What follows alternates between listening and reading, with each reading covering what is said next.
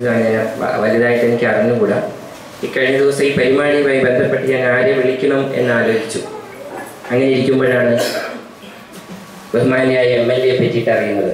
അറിഞ്ഞപ്പോൾ ഈ നാട്ടിൽ എന്ത് പരിപാടി ഉണ്ടാലും കടന്നു പോകുന്ന ഒരു വ്യക്തിത്വത്തിന് ഉടമയാണ് എന്നാണ് ഞാൻ അറിഞ്ഞത്. അപ്പോൾ ഞാൻ പിന്നെയും ചോദിച്ചു, ഈ കൈലാസ സ്കൂളിൽ പോയിട്ടുണ്ടോ എന്ന് ചോദിച്ചു. അപ്പോഴും പറഞ്ഞു അദ്ദേഹം എന്ത് പരിപാടി വന്നാലും അവിടെ വരുമെന്നാണ് പറഞ്ഞത്.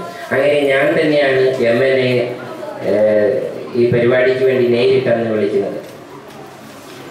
ബഹുമാനിയായ MLA ഫോൺ എടുത്തപ്പോൾ തന്നെ എന്നോട് പറഞ്ഞത്, എന്നെ കാണുന്നതിന് വേണ്ടി വരണമെന്നേ ഇല്ല, ഞാൻ തീർച്ചയായിട്ടും അവിടെ എത്തിച്ചേരുമെന്ന് പറയുന്നതാണ്.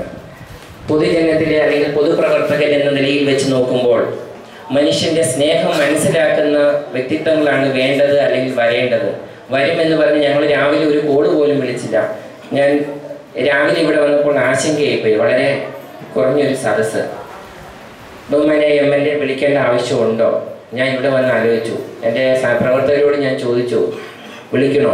അവർ പറഞ്ഞു, വരുവാണെങ്കിൽ വരട്ടെ, നമുക്കും വിളിക്കണം എന്നില്ല എന്ന് പറഞ്ഞു. നോക്കൂ, ഒരു വിളി പോലും ഞാൻ വിളിക്കാതെ തന്നെ ബഹുമാനിയായ MLA ഇവിടെ കടന്നു വന്നിരിക്കുകയാണ്.